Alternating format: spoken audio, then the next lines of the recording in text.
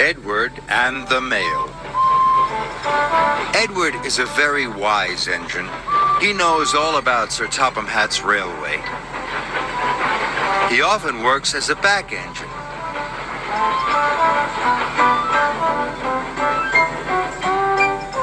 The other engines know they can always ask Edward for help.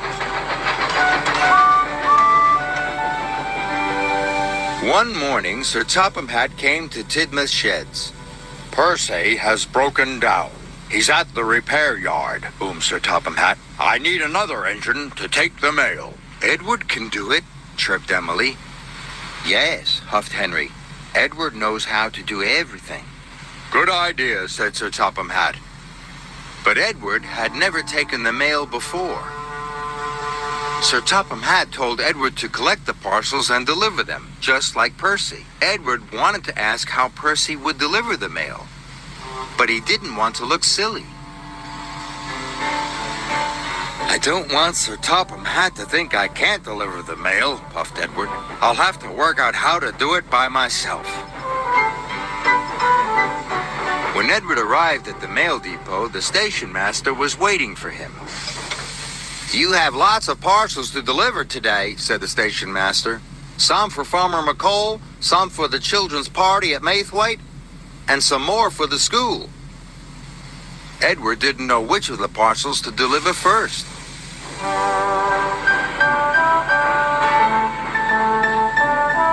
Maybe I should go to Farmer McColl's, Edward sighed. Or maybe the school. Edward puffed up to a junction. Thomas was waiting. Hello, Edward, chuffed Thomas. Are you delivering the mail today? Yes, puffed Edward. You'll be good at that, tooted Thomas. You know how to do everything. Edward really wanted to ask Thomas which parcels he should deliver first, but Edward didn't want to look silly. The signal changed. Edward watched Thomas puff away. He was worried. Everyone thinks I know how to do everything, Edward moaned. I hope I get it right. Edward decided to take the parcels to the children's party first.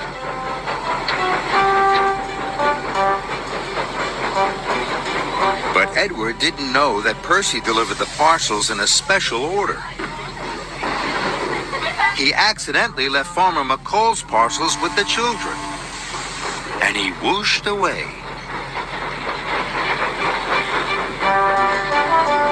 Edward puffed across the countryside.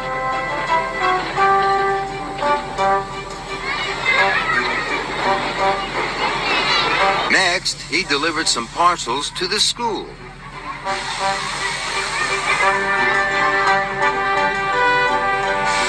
And finally, he delivered the rest of the parcels to Farmer McColl.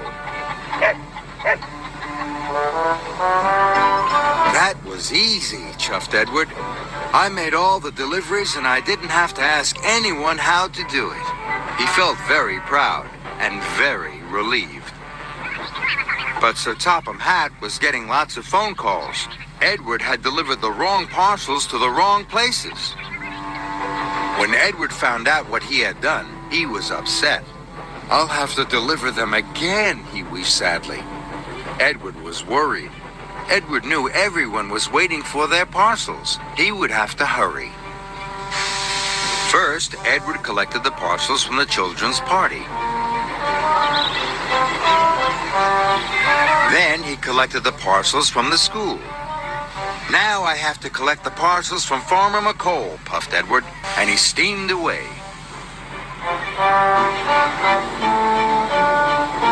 Edward was unhappy. I must not be late with these deliveries, he chuffed. Edward didn't want to let Sir Topham Hatt down. I must hurry, he wished. Edward raced on. Mustn't be late, mustn't be late. But then, Edward had to stop at a junction. He didn't know which was the fastest track to take to the farm. Edward was in such a rush, he didn't ask the signalman. Stop, shouted the signalman. That track is closed. But it was too late. Edward rattled around the bend and straight into a barrier.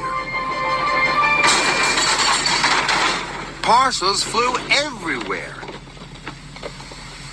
I'll never deliver the parcels on time now, he moaned. Edward felt terrible. Soon, the parcels were loaded back into Edward's trucks. Edward knew now he had to ask for help. I must find Percy. I will ask him what to do. So Edward steamed off to the repair yard.